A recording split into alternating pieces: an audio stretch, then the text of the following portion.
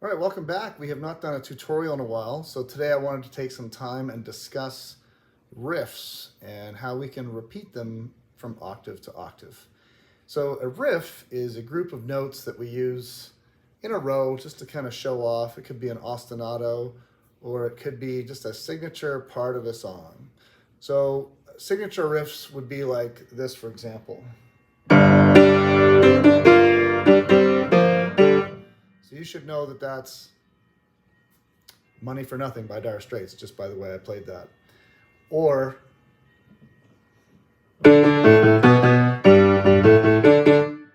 you should know that that's Jesse's Girl. These are trademark riffs, and when they happen, the audience goes, ah, I know what that is.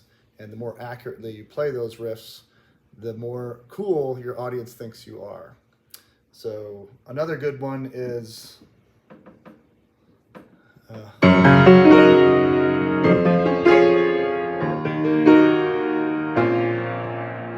we should know that that's Video Killed the Radio Star. It's actually an octave higher, so it's these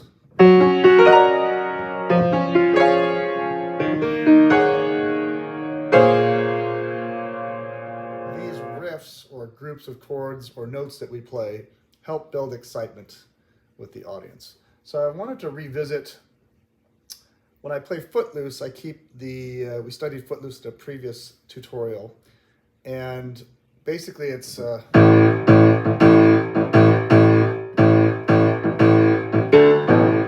kind of the whole, it's got like that Bo Diddley kind of groove to it. So in the second verse, it's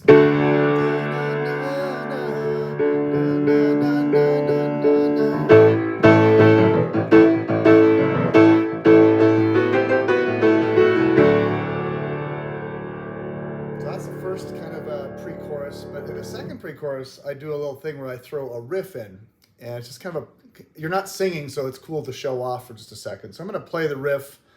I'm going to play it really slowly, because when I play it fast, it kind of screams by. But it's the same group of notes descending from the high part of the piano, coming down an octave, and then coming down another octave, and resting back into the original chords where we left off. So I'm going to do it really slow. So 1, 2, 1, 2, 3, 4.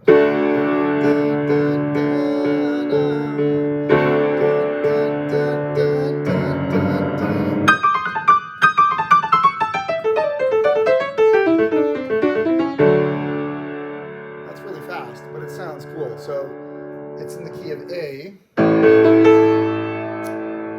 And a fun riff I like to do is starting on a tritone. So it's, or you can use the higher A as a starting point, or in this case, way up here.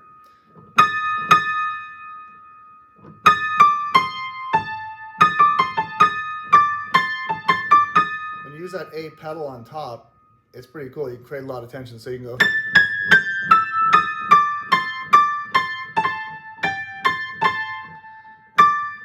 So instead of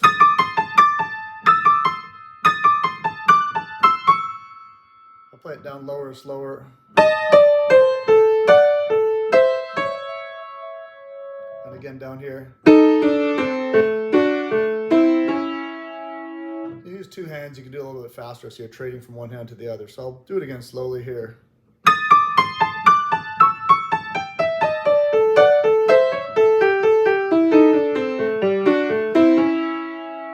of like that. When you play it fast. Oh, sorry.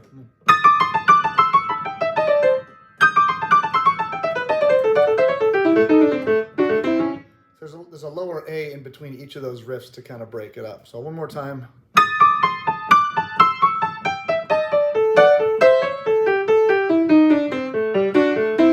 Something like that.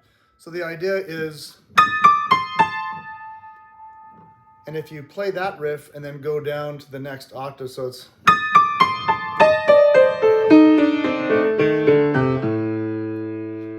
we're throwing some kind of flowery notes back and forth before we come down the octave. And the neat thing about this riff is the way we play it, the starting note starts on a different beat of where we are. So it's 4, 4, 1, 2, 3, 4. So it's one more time.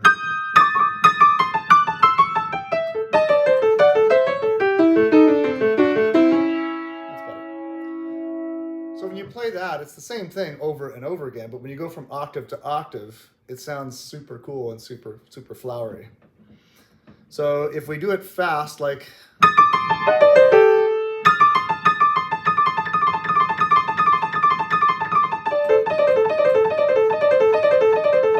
and then you can go back and forth, or you can do 2 on one and back to the other. So I'll do 2 on top, and then 2 here, and then 2 here, and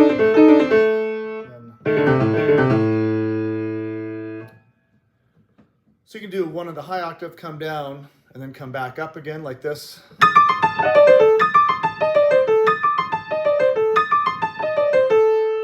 And the more you practice that, the faster it becomes a... Or you could change the top note to the G. So how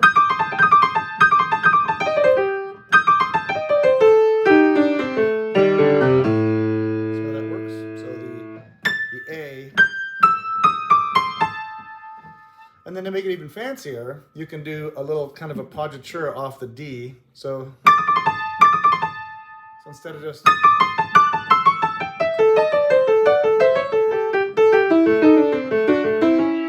you can do this.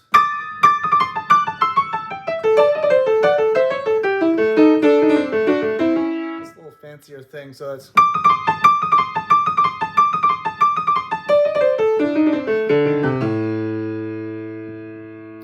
And in triplets, you could go...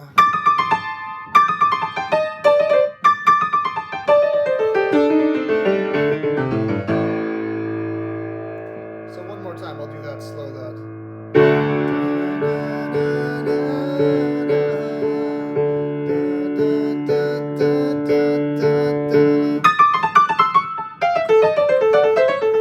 Sorry, I keep screwing that up.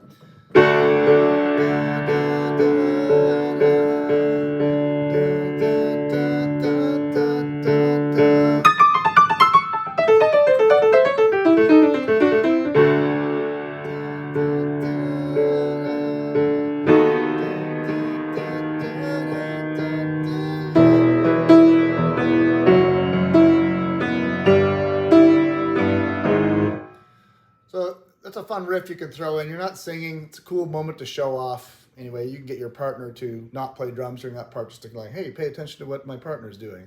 So one more time at full speed. And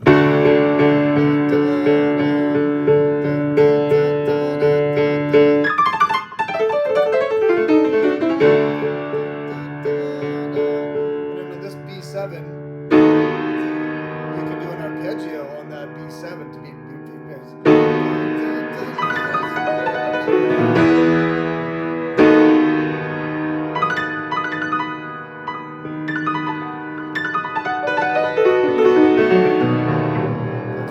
arpeggios while you're practicing is really important, because if you can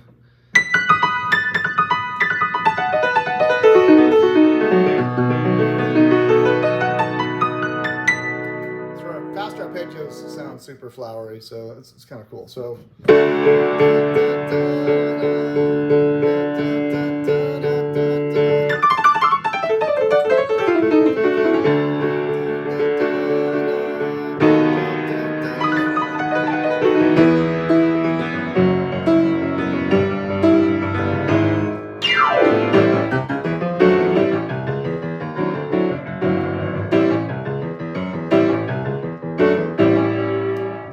lesson on some riffs. There's lots of other riffs you can do, but I really like that tritone riff. Or you can practice it in C, would be... So remember that riff, the boogie patterns we were setting before? We went from the 7th to the 9th chord.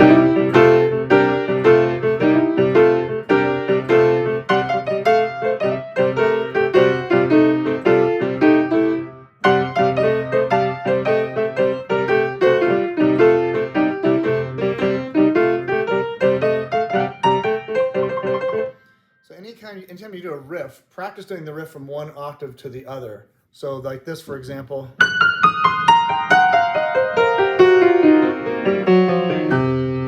So in the key of C, it's like a C minor pentatonic type blues scale.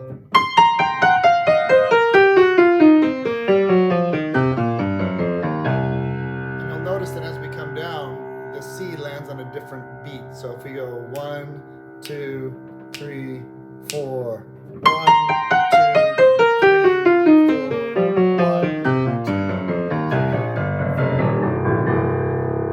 If you practice that faster, always practice slow. If you want to play really quick with accuracy, you have to learn how to practice very slow.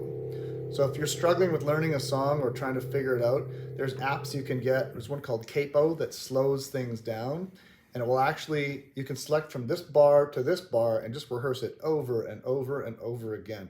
So if you're struggling with trying to transcribe riffs or licks or solos, I would recommend an app like Capo or anything else that can slow things down and repeat. When you slow things down and just practice it over and over and over again, that's when you start to develop mastery. So I hope you enjoyed the tutorial on riffs over octaves. We'll do some more of these later, but just wanted to say thanks for watching. If you enjoyed this video, please like and subscribe and share. We'll see you guys next time.